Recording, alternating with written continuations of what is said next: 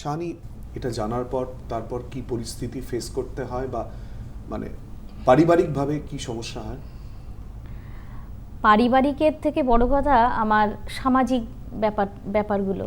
কারণ আমি যে জায়গা থেকে উঠে এসেছি, একটা প্রত্যন্ত গ্রাম থেকে, সেখানে আমার সেই গ্রাম দক্ষিণ আফজানগর, সেটা এখনও পর্যন্ত শিক্ষার আলো থেকে অনেকটা পিছিয়ে আছে। এবং আমার মেরুদণ্ডটা খুব শক্ত। আমি খুব জেদ করি যে আমি স্কুল শিক্ষকতা প্রফেশনটাকে আমি ভীষণভাবে ভালোবাসি। তার জন্যে আমি স্বাবলম্বী হওয়ার জন্যে আমি অনেক প্রতিবন্ধকতা সহ্য করে, অনেকটা সামাজিক প্রতিবন্ধকতার কথা বলছি, যে গ্রামে এখনও পর্যন্ত মেয়েদের 15-16 বছর হতে না হতে বিয়ে দিয়ে দেওয়া হয়, সেখানে আমি 29 ইয়ার্স পর্যন্ত, অর্থাৎ 29 বছর বয়সে এসে আমি চাকরিটা পাই। এবং শেষ পর্যন্ত যখন আমি চাকরিটা পেলাম, তখন আবার সবাই গর্ব করতো যে এই তো ভালো হয়েছে, এটা সেটা। তো তারপরে যখন আমি সেই সমস্ত যে কটূক্তিগুলোর জবাব দিয়ে আমি যখন নিজে এস্টাবলিশড হলাম, মা বাবার মুখ উজ্জ্বল করলাম, নিজেকে প্রতিষ্ঠিত করতে পেরে, তখন বিনা দোষে হঠাৎ করে এই যে চাকরি চলে যাওয়ার যে ব্যাপারটা, এটা না মৃত্যুর থেকেও ভয়ঙ্কর। এর পরবর্তীতে সত্যি কথা বলতে আমি বেঁচে থাকার মতো সেই রসদটুকু, চাকরিটা কেড়ে নিলে হয়তো সেটাও আমার চলে যাবে, আমি আর ফেস করতে পারবো না আর কি। পশ্চিমবঙ্গের নিঃশ্বাস যেন বিষাক্ত হয়ে গেছে আমার জন্যে। মেহবুব, আমি যে কথাটা শাহানিকে বলছিলাম ঠিক সেই জায়গাতেই আর কি। মেহবুবের নিজের এই মুহূর্তে অবস্থাটা কোথায় দাঁড়িয়ে রয়েছে? ও যেমন প্রচণ্ডই ভেঙে পড়ার কথা বলছে, বা সামাজিকভাবে অত্যন্ত সমস্যায় বা চিন্তায় রয়েছে সে কথা বলছে।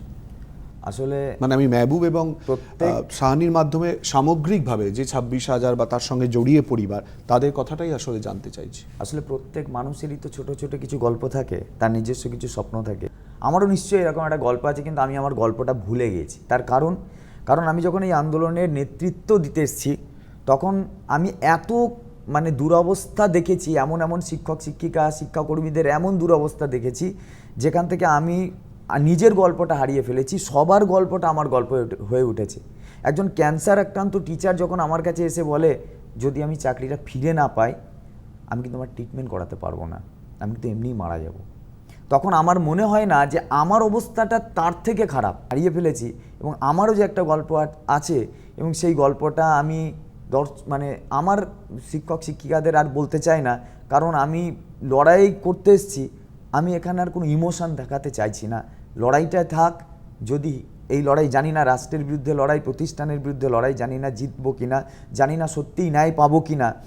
তো যদি কখনো ন্যায় পাই, তাহলে সবার হাসির মধ্যে দিয়ে আমার গল্পগুলো থাকবে।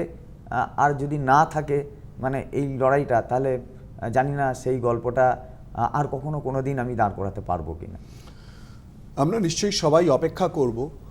আমাদের সঙ্গে দুজন রয়েছে, মেহবুব রয়েছে এবং তারই সঙ্গে শাহানি রয়েছে।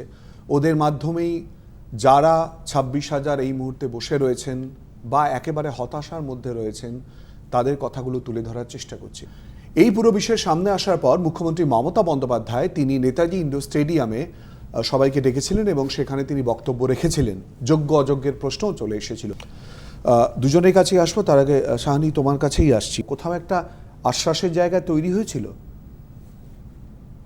যেহেতু উনি আমাদের রাজ্যের অভিভাবিকা, সেই হেতু খুব একটা আশা ছিল সেটা বলবো না, কিন্তু মনে হয়েছিল যে যদি উনি করেন তো খুব ভালো, না যদি করেন তাহলে খুব একটা অবাক হব না। আমরা ওনার সঙ্গে তারপর থেকে দেখা করার জন্যে কি না করেছি, ইভেন অনশন পর্যন্ত, যতক্ষণ না মানুষ হসপিটালাইজড হয়ে যায় ততক্ষণ পর্যন্ত করেছি। কিন্তু ওনার বাড়িতে কালীঘাটে যাওয়ার চেষ্টা করেছি, নবান্নে যাওয়ার চেষ্টা করেছি, কোনোভাবেই উনি দেখা করেননি। কিন্তু গোপনে গোপনে টেন্টেডদের সঙ্গে কিন্তু উনি দেখা করছেন, এই খবর কিন্তু আমরা মোটামুটি পাচ্ছি, এবং সেটা একাধিকবার হয়েছে। এটা জানলেন কি করে? শুধু খবরের ভিত্তিতে তো আর কথা হয় না। খবরের ভিত্তিতে আমাদের কাছে তথ্য আসে, প্রমাণ আমরা কিভাবে দেব স্যার? এটার ভিডিও থোড়ি পাবলিশ করবে কেউ? আমরা জানতে পারছি। প্রশাসনিক প্রধান সম্পর্কে এক তো চাকরি চলে যাওয়া, সেটা অত্যন্ত যন্ত্রণার কষ্টের, কিন্তু সেই জায়গায় দাঁড়িয়েও বিচারের জন্য যেখানে প্রার্থনা, যেখানে বক্তব্য, সেখানে এরকম একটা অভিযোগ তো করে দেওয়াও যায় না প্রমাণ ছাড়া। টেন্টেডরা নিজেরাই বলছে এই কথা, আপনি কিভাবে উড়িয়ে দেবেন? মেহবুবের একটা প্রতিক্রিয়া নেব। মুখ্যমন্ত্রীর বক্তব্যে কোথাও আশ্বস্ত হওয়ার জায়গা খুঁজে পাওয়া গেছিল? প্রথমত যখন প্যানেল ক্যান্সেল হয়, তারপরেই ইনডোর স্টেডিয়ামে ডাকা হয়েছিল, সেখানে আমি ইনফ্যাক্ট বক্তা ছিলাম না। পরে একদম শেষ মুহূর্তে আমাকে বলতে বলা হয়েছিল। উনি ABCD থেকে জেড পর্যন্ত নানান প্ল্যানের কথা বলেছিলেন। আজ পর্যন্ত আমরা সেই প্ল্যানগুলোই জানতে পারলাম না যে আমাদের বাঁচানোর জন্য সেই প্ল্যানগুলো কি। এক, দ্বিতীয় হচ্ছে তিনি বলেছিলেন যোগ্যদের কারো চাকরি যেতে দেব না। এখন বলছেন আদালতের রায় সকলকে মানতে হবে। এখন বলছেন পরীক্ষা দিতে হবে। তো এই জায়গায় যখন কথাবার্তাটাই যথাযথ নয়, তখন আশ্বস্ত হব কিভাবে? শিক্ষামন্ত্রীর সঙ্গে কথা বলার পর কোথাও মনে হয়েছিল যে আশ্বাসের জায়গা? শিক্ষামন্ত্রীর সঙ্গে একবার দেখা হয়েছিল বিকাশ ভবনে, তারপর থেকে আমরা অনেকবার চেষ্টা করেছি, উনি দেখা করেননি। আমাদের সামনে আমরা দাঁড়িয়েছিলাম, টেন্টেড বলে যারা পরিচিত, তারা দেখা করতে গেলেন। আমরা ওখানকার অফিসারদের কথা বলেছিলাম যে আমরা দেখা করতে যাবো, ওনারা বলেছিলেন ওনারা বেরিয়ে এলে আপনারা যাবেন। ওনারা বেরিয়ে এসেছিলো, তারপরে আমরা দাঁড়িয়েছিলাম। আপনাদেরই CN নিউজের রিপোর্টার আমাকে বললো যে কী ব্যাপার দাঁড়িয়ে আছো, কী ব্যাপার? আমি বললাম যে কই দেখা করবো বলে, উনি তো বেরিয়ে গেলেন।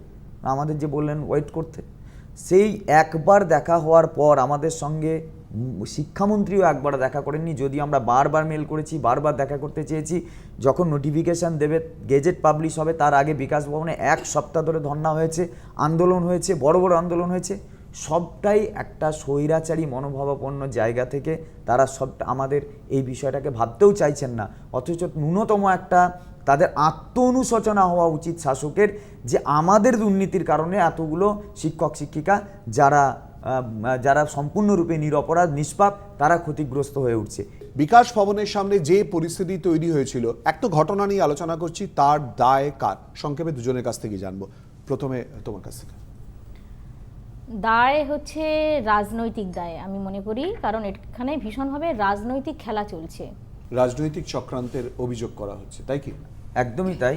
আমরা তো মনে করি যে একদম লোকসভা ভোটের আগে প্যানেল ক্যান্সেল হওয়া থেকে শুরু করে 1 বছর পরে আবার প্যানেলটা সুপ্রিম কোর্টে ক্যান্সেল হয়ে যাওয়া এবং অদ্ভুত একটা বিকৃত জাজমেন্ট আসা, আমরা তো একদম নিশ্চিত যে এই যদি সেগ্রিগেশন হয়ে যেত, তাহলে পরে যারা বৈধভাবে চাকরি পেয়েছে তারা স্কুলে যেত, যারা অবৈধভাবে চাকরি পেয়েছে তারা নেতাদের বাড়ি যেত, যাদের কাছে তারা টাকা দিয়েছে তাদের কলার ধরে বের করে আসতো। প্রচুর কেঁচো খুঁড়তে কত রকমের কেউটো বের হতো, কোন কোন দলের নেতা মন্ত্রী বের হতো সেটা কেউ জানে না। অনেকগুলো বিষয়ের উত্তর খোঁজার চেষ্টা করছি। আসলে একটাই প্রশ্ন, এই চাকরি ফেরতের রাস্তা কোন পথে, কবে, কত দ্রুত, যার উত্তর আমরা কেন, ওরা সবাই মিলে চেষ্টা করছেন খোঁজার। এই নিয়ে আলোচনায় আমরা আবারও ফেরত আসবো একটা বিরতির পর। সঙ্গে থাকুন।